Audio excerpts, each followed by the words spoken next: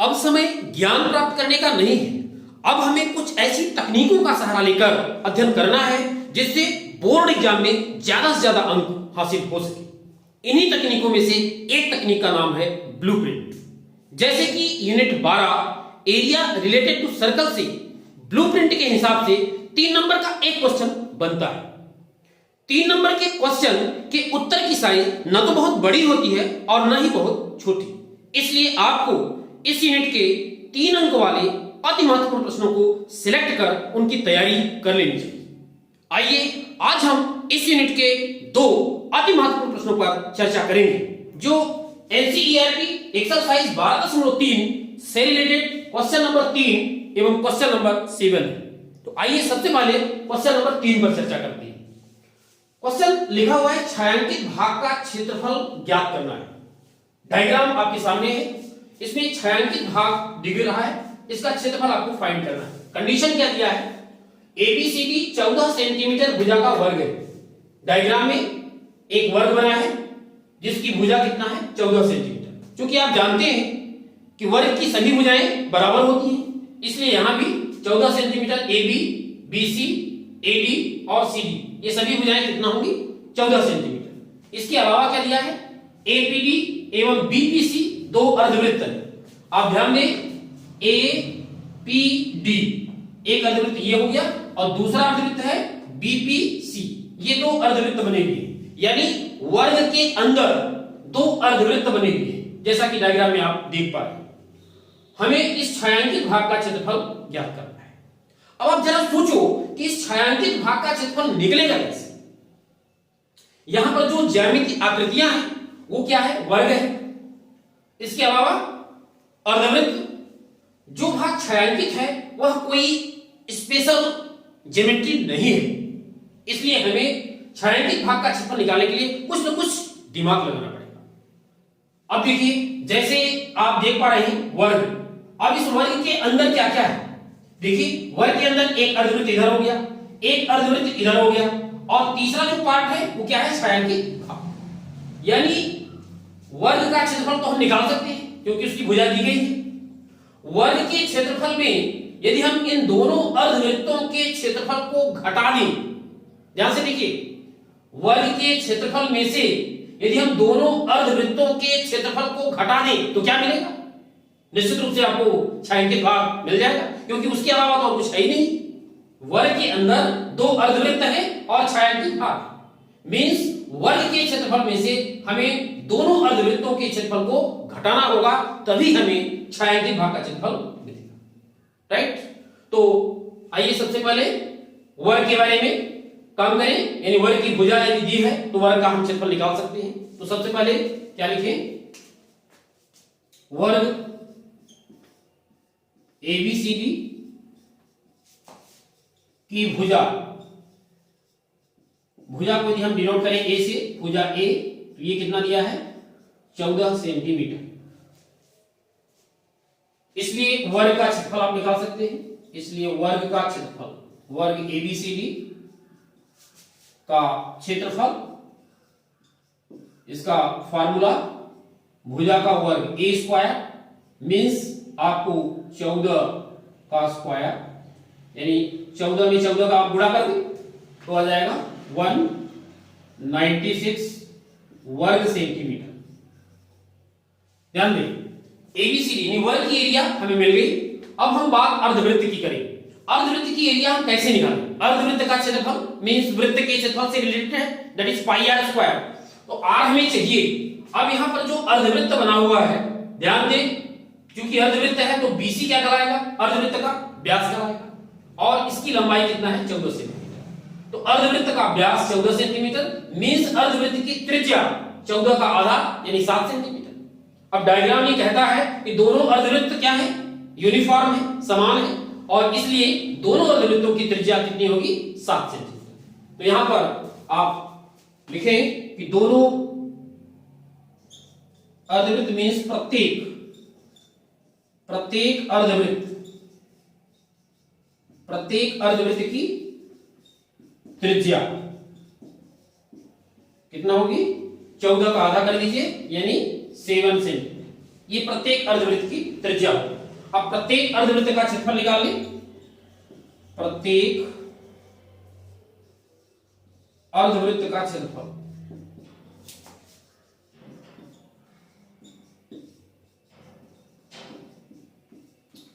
अर्धवृत्त का क्षेत्रफल यूज करें हाफ पाई आर स्क्वायर। ध्यान दें फार्मूला पाई आर स्क्वायर वृत्त का क्षेत्रफल है, तो अर्धवृत्त के लिए उसका आधा हाफ पाई आर स्क्वायर। ये वैल्यू पुट करें हाफ इंटू पाई की वैल्यू 22/7, आर की वैल्यू 7 सेंटीमीटर, 7 इंटू 7 कैंसिल कर दें, 7 से 7 कैंसिल हो जाएगा, 2 से ये 11 हो जाएगा और ये कैलकुलेट होकर के 11 से 77 वर्ग सेंटीमीटर ये निकल के आ रहा है। एक अर्धवृत्त, प्रत्येक अर्धवृत्त यानी दोनों अर्धवृत्त, ये भी 77 होगा और ये भी 77, तो दोनों अर्धवृत्तों का क्षेत्रफल निकाल लिया जाए। अतः दोनों अर्धवृत्तों का क्षेत्रफल, दोनों अर्धवृत्तों का क्षेत्रफल 77 प्लस 77 कितना हो जाएगा, 7 7 14 15 154 वर्ग सेंटीमीटर। ये आ गया दोनों अर्धवृत्तों का क्षेत्रफल। ध्यान दें हमारे पास अभी वर्ग का क्षेत्रफल भी है और दोनों अर्धवृत्तों का क्षेत्रफल भी मिल गया। अब हमें क्या करना है, छायांकित भाग का क्षेत्रफल याद करना है। छायांकित भाग का क्षेत्रफल निकालने के लिए अभी चर्चा हुई कि वर्ग के क्षेत्रफल में दोनों अर्धवृत्तों के क्षेत्रफल को घटा दें। तो आइए अब छायांकित भाग का क्षेत्रफल याद करते हैं। छायांकित भाग का क्षेत्रफल फार्मूला लिख लें, छायांकित भाग का क्षेत्रफल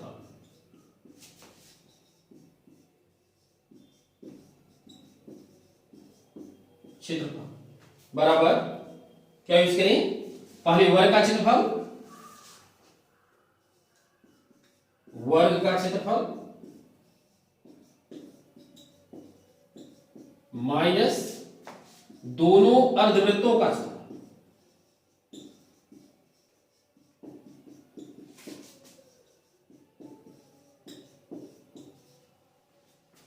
वर्ग का क्षेत्रफल कितना था 196 माइनस दोनों अर्धवृत्तों का क्षेत्रफल कितना आया है 154। ध्यान दें, अब इसमें घटा दें तो ये कितना निकल के आएगा, देखिए 2 और 4 42 स्क्वायर सेंटीमीटर। ये आपका आंसर हो जाएगा। यानी छायांकित भाग का क्षेत्रफल कितना मिला आपको 42 वर्ग सेंटीमीटर। तो इस तरीके से ये क्वेश्चन आपका हो गया। इसको आप मेहनत करके लगाएं, वीडियो को ध्यान से देखें। अब हम देखेंगे क्वेश्चन नंबर 7।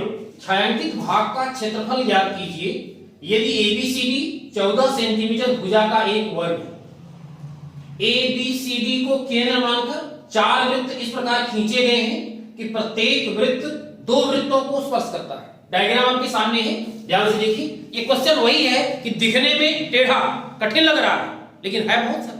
देखिए डायग्राम आपके सामने है, इसमें ध्यान दें एबीसीडी, पहले गौर करें एबीसीडी एक वर्ग है 14 सेंटीमीटर भुजा का, प्रत्येक भुजा इसकी कितनी है 14 सेंटीमीटर। इसके बाद इस वर्ग के प्रत्येक कोने यानी ए को केंद्र मानकर के एक वृत्त बनाया गया है, बी को केंद्र मानकर के एक वृत्त बनाया गया, इसी प्रकार सी को केंद्र मानकर और डी को। तो एबीसीडी को केंद्र मानकर 4 वृत्त खींचे गए हैं। ध्यान दें, इस तरीके से ये वृत्त बने हैं कि एक वृत्त जैसे ए केंद्र वाला वृत्त बी केंद्र वाले और डी केंद्र वाले को क्या कर रहा है, टच कर रहा है, सी केंद्र वाले को टच नहीं कर रहा है। इसी तरीके से हर वृत्त शेष 2 वृत्तों को स्पर्श कर रहे हैं। ये डायग्राम ऐसा कह रहा है। तो इस केस में आपको छायांकित भाग का क्षेत्रफल ज्ञात करना है। ये लाल कलर से छायांकित है, इसी भाग का आपको क्षेत्रफल ज्ञात करना है। तो इसके लिए आपको क्या करना होगा, थोड़ा सोचिए क्वेश्चन। इसमें ध्यान दें छायांकित भाग कहां है, छायांकित भाग वर्ग एबीसीडी के अंदर है। अब बात क्लियर हो रही है। यदि वर्ग एबीसीडी के अंदर है तो वर्ग एबीसीडी के अंदर और क्या है, तो वर्ग एबीसीडी के अंदर ध्यान से देखें, जैसे ये जो पार्ट आपको वृत्त का दिख रहा है, ये वाला पार्ट, ये क्या कराएगा, क्योंकि ये त्रिज्या हो गई, ये भी त्रिज्या हो गई, 2 त्रिज्याओं के बीच का जो क्षेत्र है सेक्टोरियल एरिया, त्रिज्य खंडीय क्षेत्रफल, तो ये त्रिज्यखंडीय क्षेत्रफल जो है, यहां भी वही त्रिज्यखंडीय क्षेत्रफल, यहां भी और यहां। ध्यान देखिए वर्ग के अंदर ये 4 त्रिज्यखंड बने हुए हैं। अब ध्यान ये देना है कि प्रत्येक वृत्त यूनिफॉर्म, क्यों? क्योंकि यदि ये 14 सेंटीमीटर भुजा है तो ये भुजा कितनी होगी, मतलब यहां से यहां तक की दूरी जो कि वृत्त का क्या है, त्रिज्या है, ये त्रिज्या कितनी हो जाएगी 7 सेंटीमीटर। ये भी कितना हो जाएगा 7 सेंटीमीटर। यानी प्रत्येक वृत्त की त्रिज्या कितनी है 7 सेंटीमीटर। 7 सेंटीमीटर मींस ये हुआ कि ये चारों वृत्त जो है क्या है, यूनिफॉर्म। इट मींस इनका जो सेक्टोरियल एरिया है यह भी क्या होगी, यूनिफॉर्म। यानी वर्ग के अंदर 4 सेक्टोरियल एरिया है और एक छायांकित भाग है। तो वर्ग के क्षेत्रफल में यदि हम इन चारों सेक्टोरियल एरिया को घटा दें तो हमें क्या मिल जाएगा, छायांकित भाग का क्षेत्रफल। अब आइए देखें, सबसे पहले वर्ग की बात करें। वर्ग की भुजा कितना है, वर्ग की भुजा, वर्ग की भुजा मान लो ए, ये कितना है 14 सेंटीमीटर। तो वर्ग का क्षेत्रफल पहले निकाल लें। वर्ग का क्षेत्रफल, वर्ग का क्षेत्रफल बराबर ए स्क्वायर, फार्मूला होता है। तो ये बराबर कितना हो गया 14 का वर्ग, यानी कितना 196 स्क्वायर सेंटीमीटर। चलिए वर्ग का क्षेत्रफल मिल गया आपको। अब विचार करें आप सेक्टोरियल एरिया पर, ये त्रिज्यखंडीय क्षेत्रफल जो है। तो देखें त्रिज्य खंड, त्रिज्य खंड। अब ध्यान दें त्रिज्य खंड का कोण कितना होगा, क्योंकि वर्ग के प्रत्येक कोण का मान कितना होता है 90 डिग्री। तो त्रिज्य खंड का कोण कितना हो गया 90। त्रिज्य खंड का कोण, त्रिज्य खंड का कोण बराबर कितना 90। इसको आप थीटा से दर्शा दें और रेडियस दे दें कितना 7 सेंटीमीटर। ध्यान दें हर त्रिज्यखंड के लिए ये है, तो यहां पर आप यूज कर सकते हैं क्या, प्रत्येक त्रिज्यखंड का कोण कितना है 90 और प्रत्येक त्रिज्यखंड की त्रिज्या कितनी है 7 सेंटीमीटर। अब हम त्रिज्यखंड का क्षेत्रफल निकाल लें। एक त्रिज्यखंड का क्षेत्रफल, एक त्रिज्यखंड का क्षेत्रफल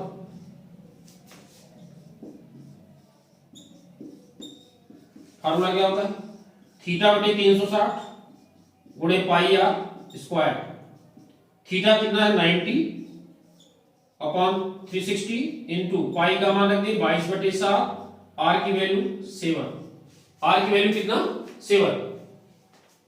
कैंसिल कर दिए, 7 से 7 कट जाएगा और एक 0 कट जाएगा, 9 4 जा और काट सकते हैं 2 से, 2 दूना 4 और 2 से काट दें 11। कितना आ गया ये 11 सके 77 बटे 2 स्क्वायर सेंटीमीटर। एक त्रिज्यखंड का क्षेत्रफल आपको मिल गया 77 बटे 2 स्क्वायर सेंटीमीटर। तो चारों त्रिज्यखंडों का क्षेत्रफल निकालें। चारों त्रिज्यखंडों का क्षेत्रफल, चारों त्रिज्यखंडों का क्षेत्रफल 4 का गुणा कर दें, 2 से कट जाएगा और यह जाएगा कितना 154 स्क्वायर सेंटीमीटर। ध्यान दें चारों त्रिज्यखंडों का क्षेत्रफल आपने निकाल लिया। एक त्रिज्यखंड यहां है, एक त्रिज्यखंड यहां है, एक त्रिज्यखंड यहां है और एक त्रिज्यखंड यहां है। तो चारों त्रिज्यखंडों का क्षेत्रफल कितना आ गया 154। अब आपको निकालना है क्या, छायांकित भाग का क्षेत्रफल। अब छायांकित भाग का क्षेत्रफल के लिए फॉर्मूला लिखें। छायांकित भाग का क्षेत्रफल निकालने के लिए आपको क्या करना होगा, वर्ग के क्षेत्रफल में चारों त्रिज्यखंडों का क्षेत्रफल घटाना होगा, यानी छायांकित भाग का क्षेत्रफल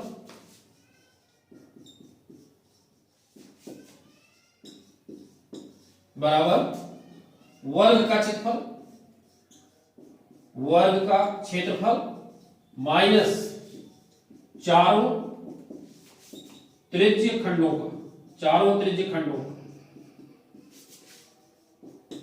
क्षेत्रफल।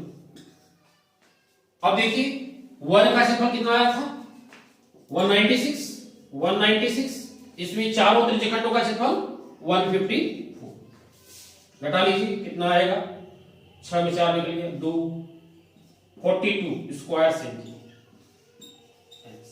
इस तरीके से आपको काम करना है, यानी क्वेश्चन को देखे पहले, क्वेश्चन को देख करके डरना नहीं है, क्वेश्चन देखें कि क्वेश्चन क्या कह रहा है, क्या चीजें दी गई हैं, जो चीज निकालना है वो कैसे निकलेगा। हर सवाल में कोई कोई एक टेक्निक रहती है, यदि आप उस टेक्निक को पा गए तो आपका क्वेश्चन सॉल्व हो जाएगा। तो इस तरीके से ये क्वेश्चन था, और इस क्वेश्चन को आप लगाएं, वीडियो देखें, और कहीं भी आपको समस्या हो तो आप कमेंट करें। यदि यह वीडियो अच्छा लग रहा हो तो वीडियो को लाइक करें, चैनल को सब्सक्राइब करें, बेल आइकन को टच कर ऑल बटन को क्लिक करें। मिलते हैं फिर इसी प्रकार के महत्वपूर्ण क्वेश्चन के साथ, तब तक के लिए धन्यवाद।